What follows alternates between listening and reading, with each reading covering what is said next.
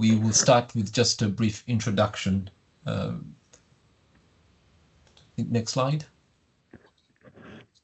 Right, so my name is Alan, and I'm the head of volunteering and representation, and I work closely with Gareth and Chaz as part of the volunteering and representation team. Really, my role is around supporting the members of my team in ensuring that we support volunteers in the best way that we can across the various volunteer roles that we have at the association. I extremely enjoy working closely with students because they do one thing that's very significant, which is rare, and that is putting themselves forward for roles like you have at the moment. So again, very brave thing to do, but it's always good to see students putting themselves forward to enhance the student experience. So I work closely with both Gareth and Jazz, who will also introduce themselves and the roles that they take on at the association. I'll go first because I can see Jazz's mic was on mute. So, hi everyone, I'm Gareth. I think it's the first time that I've met some of you. Some of you might have seen me once or twice before now. I'm the volunteering and representation officer. I'm currently covering Danielle, who is on maternity leave. Last 2 times we'd have been approaching a new student leadership team, I would have been in the exact same position you were. So I was on the student leadership team for 3.5 years before I took up this role. So 2 years ago, I would have been starting as deputy president. And 2 years before that, I would have been starting as the FBL rep, faculty rep. So I know what you're going through, especially those of you going through this for the first time. Bit of nerves, bit of excitement. Probably can't wait to get started. Feels like it's forever since you were elected, but 3 more weeks and you'll be enrolled. So really looking forward to working with all of you as we go. Thanks, Gareth. I thought I'd let you go because I was looking at it in the order of our names. But yeah, hello everyone. My name is Jazz. I'm the representation and policy officer here at the association. So I work with members of SLT like you. I work with student representatives, and I also do sort of our policy work. So I've worked with a few of you on stuff around that already. But yeah, it's really, really great to meet you all. I have actually been in the association for almost a year now, which is really weird because I joined last August. Before that, I was a sabbatical officer. So yeah, student leader for 2 years. So different, but relatable experience to what you guys are now starting. Yeah, so I'll pass back to Alan, I think.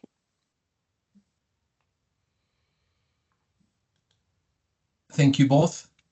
Thank you very much for that. Right, I'll quickly go through this agenda. Really, this session will comprise of these 5 elements here. So firstly, and importantly, is what you know. This will be around sort of your expectations, and that relates quickly to point 2, which is your motivations and fears that come about you being able to take on these roles. Then thirdly, we'll look at why it's essential that members of the SLT team work together as a close unit, and there are certain elements which will support you in being able to do that, and that includes those 7 principles of public office. And then finally round things up with legacy. What do you want to leave behind after taking on this role? Many of you will be picking up this role, and you might have been in touch with the previous holder of the role or not. But it's also just understanding what you're picking up now, but also what you want to leave behind when you complete the role. So that is our agenda. Straightforward, simple, and hopefully enjoyable as well. So to kick us off is it's over to me, I think, Alan. Yeah. So what we've got on the screen at the moment, if you can see, and obviously you've been sent the slides in advance, is a copy of our Venn diagram of the Students' Association. So this is essentially how we're governed, as well as how we operate on a day-to-day basis.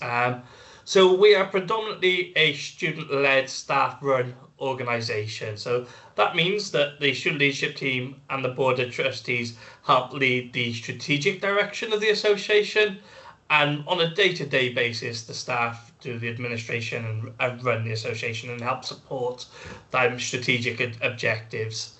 Obviously, all of you here, you're going to be joining the student leadership team, so you're going to become the public face of the association.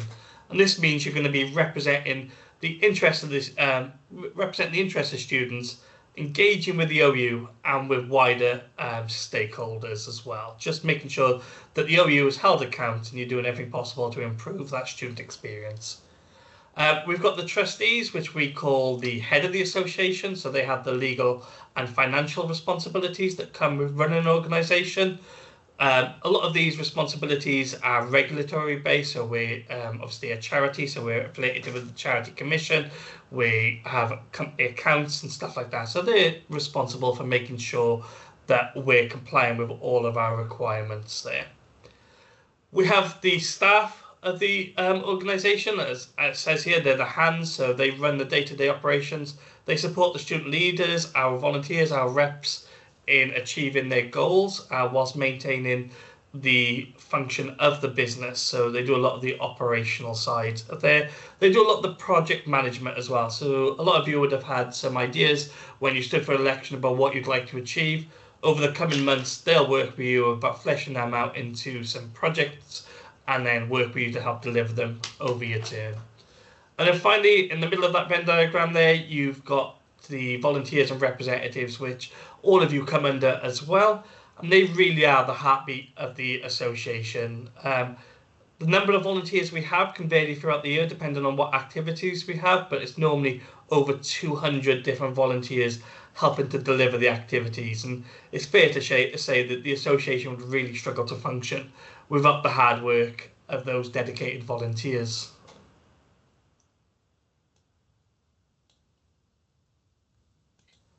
Well, so as you can see here on the sort of, I was going to call it an infographic, it's more of just a graphic on the screen.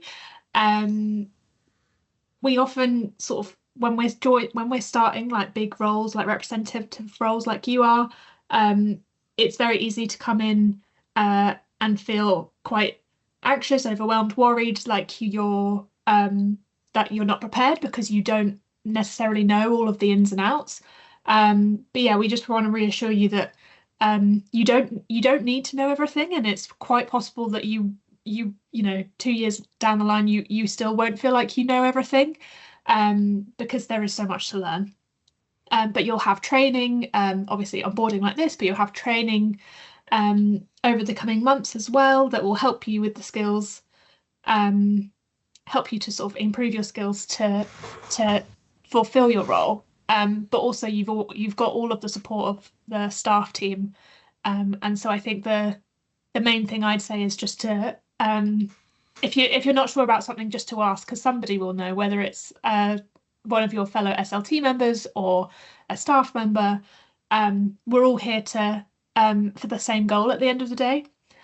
And I mean, yeah, like we sort of touched on in our introductions, Alan's been around the association for a few years. I've been a sabbatical officer before. Gareth's been a rep and a member of the student leadership team before.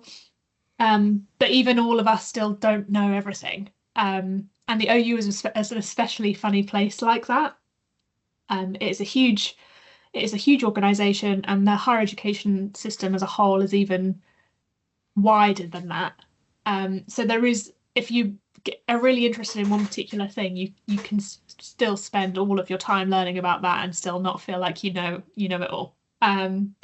So there's going to be some things that you will pick up really fast. There'll be some things that you might need some support on or whatever, but yeah, we're all here to support one another. And if you do have any sort of particular interests, then definitely voice them to your staff links and stuff, and see if there's any training or meetings to be arranged for that. Yeah. Oh, I forgot to say, the last thing is that you don't have to be an expert on all of these things now or in the future. but you are an expert on being an OU student, and so don't forget about your existing knowledge that you already have. It's you're in these positions for a reason. You've been voted into these positions, so take some confidence from that as well, because there is so much to know. But you do know more than you think as well. And yeah, just as this quote says, we all start somewhere. So, whether this is your first engagement with the association, whether you've been a student rep before, whether this is your second term on the student leadership team, we've all been at the same point at some time in our story. And so, yeah, just to really reiterate that we've all been in similar boats, whether at the same time or not, and we've all had to start somewhere. Thanks, Jazz. I have to admit, if you ever see presentations with a lot of quotes in them, it's probably come from either myself or Jazz, because we love throwing quotes into our presentations. We were doing a presentation not long ago, and we found loads of them, and we're trying to squeeze them into everything that we do, I think, at the moment. Yeah. Going to move on to looking more at you now. So we're going to do looking at your motivations and fears. So part of this is to understand, for you to understand what you're feeling, but also understand what your teammates are going through. So we're going to do this a little bit interactive. I'm going to bring up a slide now. It's something called Slido. So if you've got your phone to hand, feel free to scan that QR code. If you haven't got it, feel free to go to slido.com and enter that code in the corner and just pop something in that really excites you about the role. If you are struggling to use any of them options, then feel free to pop them in the chat box as well. So we're not going to be, this isn't compulsory. Okay, I can see Scott, feel free to pop the answer in the chat box if you'd like as well. This is more just so that each of you can see what you're all feeling. So when you're ready, we'll give it a minute or so for you to get on there, but just pop something in that says what excites you about your role. And you can see that obviously we put a test one on the stage when we were creating this presentation to make sure that it did work there. Eileen, you've got your hand up.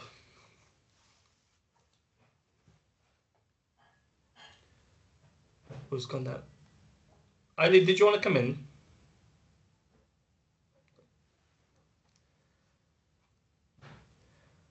See, we've got some coming in. I can see Scott has popped in the chat box, being able to have a say as well. I can see the one saying stopping campus 2030. That's one of two people, that is. That is either Natalie or Jack. Having a I say. accept zero responsibility for that at all. Who, me? No. There has to be somebody else beyond Natalie and I. So you can see there, I can see there's still 3 people still typing. Feel free to keep adding. 4 people typing, so more of you are coming into this. It was Natalie, lol. That's now appeared on the Slido. But you can see, you've all got, obviously, slightly different motivations, but you're all essentially coming in to make a difference, learn some things as well along your way, but having your say as well. So you're all having them different motivations that are coming in for you. We're going to move on slightly. There's getting your voice here, that one just come in there. So the next one, we're going to clear that one. It's a different question using the same principle. We're on Slido again still. What actually scares you about the role? So obviously some of you have been in a student leadership team role for the last 2 years, Nicola 3 years actually. Some of you are coming into this brand new, but I think pretty much all of you are either coming in with less than a year experience in your role or go into different roles entirely as well. So feel free to pop in what scares about you. What scares? So I can see Sharon's there saying my health not getting in the way.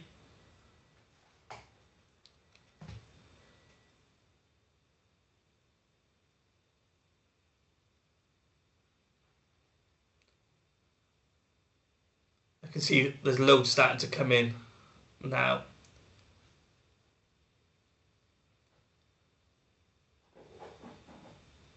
And I think I can see two themes starting to come in this. Feel free to keep adding anything you want in the chat box on here, but there's two themes that are coming in. And one of them is obviously balancing your other commitments, whether that's your health, your job, your time management, learning, studying, life. We can see that happens. The other one is actually getting it wrong or failing on that. I can see, or not making the difference. So I can see Sharon has said about the faculty not being receptive. There's answer saying things not changing on that. Obviously, on that first issue, we can really support you as a team. We've got experience in the staff team. You've got experience from your colleagues who've been around for a number of years. We can really help to make it work for you. If you've ever got an issue with any of that, speak to your colleagues, speak to your staff, then contact us in the volunteering and representation team. We'll always try and do our best to help you on that one. The second one, obviously, making a difference. We'll work with you to make it work with you. Obviously, you can never promise that things will definitely change, but we'll obviously give it a go. We've been doing this for a number of years, but hopefully this has shown to you that there are obviously similarities and some differences in how you are feeling going into the role. And I thought it'd be really useful just to do this short exercise, just so you can see that what you're going through as a team, basically. So I'm going to pass it on to Alan next. Right, thanks, Gareth. So just following that exercise that we've had there, where you've shared your motivations and also shared your concerns, this is the Tachman's model of developing teams. Some of you might have come across it. Those who have taken on this role previously might have seen this at the beginning of their role in the previous term. I think to start off, firstly, is just to identify why this model is important. I think Tachman introduced the model just as a way of recognizing a couple of things. First, that teams don't form spontaneously, and it takes time for them to build that working relationship among themselves in order to be effective. But the key thing here is that it is a model used to ensure that teams can be effective. When you think about those motivations and those fears that you've all identified in the previous slide, I can see that there are connections there that we can take full advantage of to ensure that you work all together as an effective team. So right now, at the moment, we're at the forming stage, and this is when you're all getting to know each other. There will be some nerves here and there, people not sure about the role and whether, reflecting back on those fears and whether it's for them, if they have the time to do it. So this is the stage at which I can say we are at as a new SLT team joining together to start off your term. But I'd like to even explain further what the other roles are in the next slide, just to give you a more thorough indication of this model. Right, so we start with the forming stage, which all of you have come together. You will be coming together to meet each other fairly soon. Perhaps some of you will meet on the weekend, those who can make it. But as a team, you'll be coming together. And like I've said, there are nerves here, there are fears, there is excitement. Many of you are looking and thinking about your manifestos and saying, am I able to achieve these things? So this is the stage at which you're all getting together, and it's driven by excitement and nerves of meeting each other. Then you move on to the storming bit. And so at this stage, this is when you start to get comfortable with each other. Your ideas and your character as individuals comes alive. And while looking at this, a number of teams start to get conflicted at this particular stage, because you've all got these ideas. I need mine to go through. I want my particular aim in a manifesto to be done. So, and there are all these competing priorities that are coming from different members of the student leadership team. one thing to still remember throughout this process is that that's okay for that to happen. That's absolutely fine. And perhaps sometimes it's important to remember that you are still part of the same team. And so there's still that element of respect that you want to have within each other, but still be able to present your views in that manner. So being able to do that allows for you to start, for boundaries to start to be created between the team. And that's where we start to get to the stage of norming, where people start to resolve differences and appreciate one strength over the other and understand, for my role to work well, I have to work with this particular person in that particular area that they're on, and seeing how the team connects together. Because remember, you're all driven by one thing. You're there to ensure that the students at the Open University have a fantastic experience because they've elected you into these positions. So again, when you get to that norming stage, you're now thinking about, right, this is where I'm good at. This is where this other person is also great at. Can we come together and collaborate for the main objective, which is to ensure that you all achieve what you need to achieve, but in a way that allows for us to promote a good student experience for the students that elected you. Then once that gets stronger and stronger, then it forms to the performing. Now, this is where you're all at your peak. Everybody's just firing off. Things are working really well. You understand each other, understand how to resolve conflict. You've got mechanisms of doing so. You're communicating effectively with each other. And some of you will be stepping in while others, stepping away, or where they're struggling, some of you do step in. So it's just working together in unison as a team, and you're so in sync at that. So it's just, you're in such a perfect flow at that particular point. Everything is working well, and you're delivering on the things that you want to deliver together as a unit and as a team. And then there's one that's not here that was in the previous slide, which is the adjourning. And that's when it all comes to that end, 2 years, legacy. What have we done? So it's important that at the performing stage, you're all recognizing your successes. So remember to identify them together as a team, because then when it comes to adjourning, when it's time to now finish your 2-year term, you can sort of say, look, we've gotten here, we've achieved what we've achieved. So it's so interesting that at this particular point, for some teams, there's still that vigor and energy to want to do more, because now you've tasted it, you've seen how it works well within a team. It's just, there is that excitement of, I want to pick this up. That's why some of you end up taking on another role for another 2 years. So that happens, it does happen. So some of you might be doing that and then taking on a new challenge again, so it starts afresh.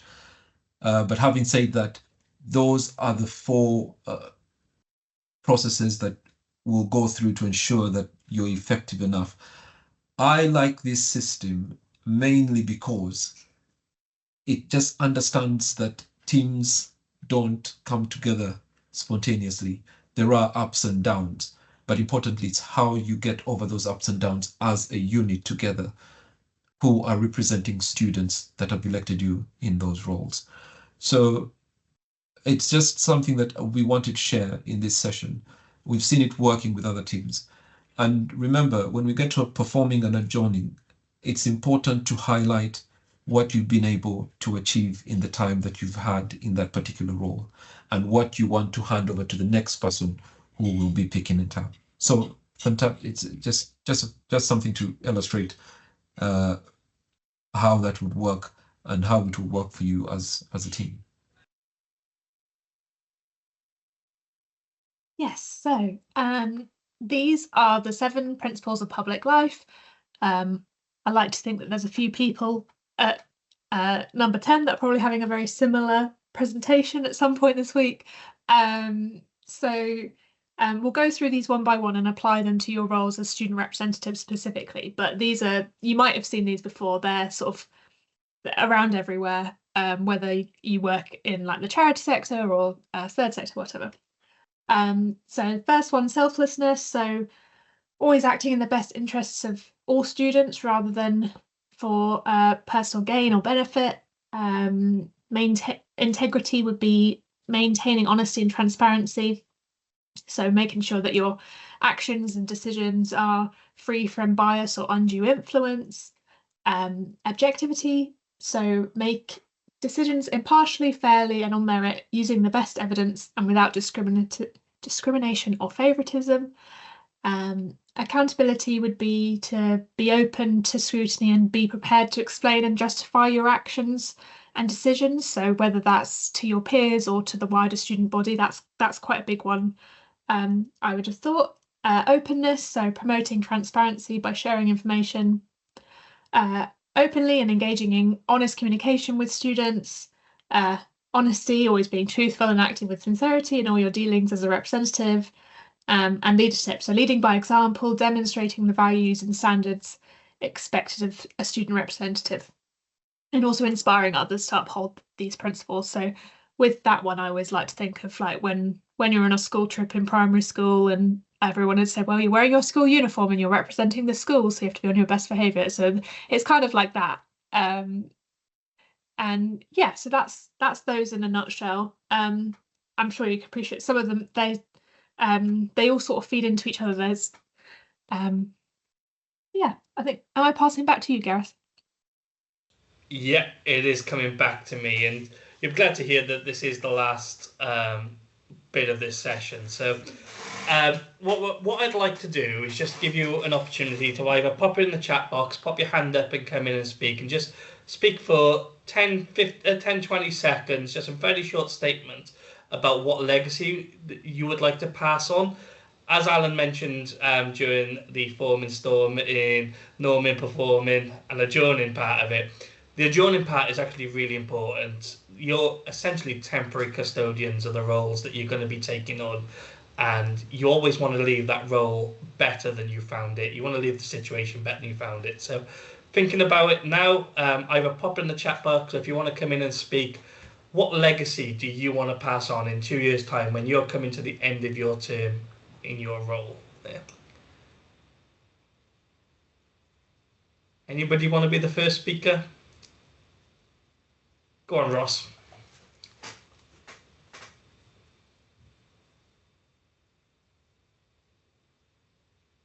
Sorry, Ross, we can't hear you. I don't know if you're on mute there. We haven't got any audio coming through.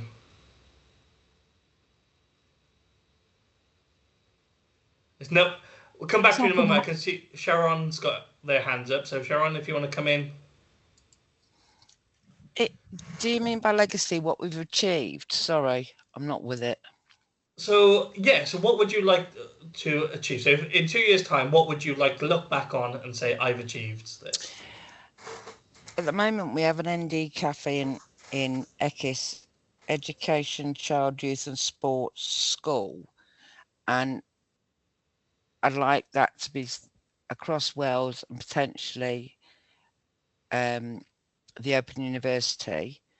It's something that I know we're working on at the moment, but as everything, it's slow going, and perhaps more support with proofreading, especially for our students with English as an additional language that don't have a disability marker.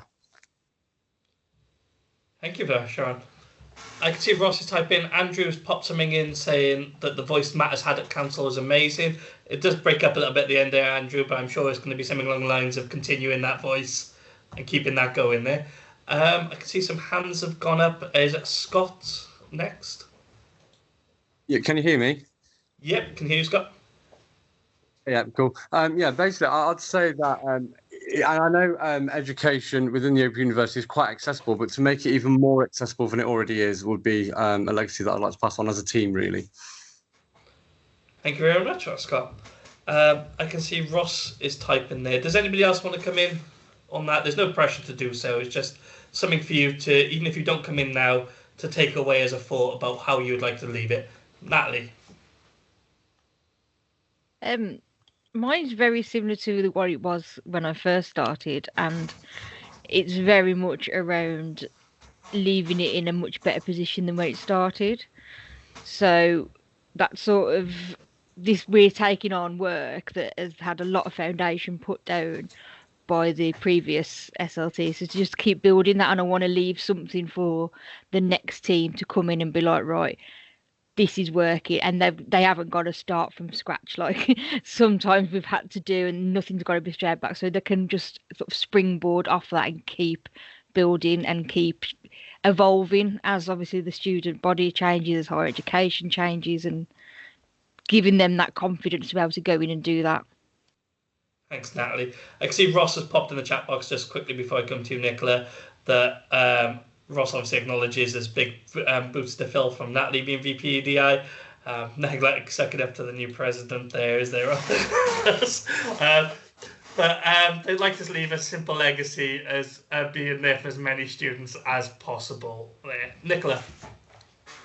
Yeah, I think I'm very similar on the same lines as Natalie. Just, yeah, leaving it in a better place and just building on what the current team have achieved, and obviously what the next team will achieve. I think just building on that, and obviously just getting better at with the student voice, closing the feedback loop. It's a big thing of mine. It was in my manifesto. It's something that, yeah, I think we need to get better at. So if I can achieve that, closing the feedback, I will be happy. I will be a happy person. Thanks, Nicola. I can see Katie's done one there, saying they want to know that leave knowing that they've made a difference and that student voices supporting neurodivergent students and students in secure environments are listened to as well. That's a great one there as well, Katie.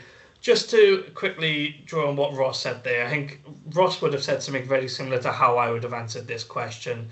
And that is obviously building that legacy, that you do always want to leave that role in the better place. So even though Natalie, you're acknowledging the work that Natalie did, I'm sure Natalie wants you to do a better job as VP EDI, and you should leave the role then thinking that the person that succeeds you is going to do a better job as well. You want to be laying them foundations and building up that work. So I was obviously deputy president until 6 months ago. I want Mark to do a better job than me, and then obviously Andrew to do a better job than Mark. We just want to have them roles grow and continue to obviously build from there. That's actually coming to the end of us. I think I'm passing back to Alan just to close up here. Well, thank you very much for that, and thank you for all your contributions there.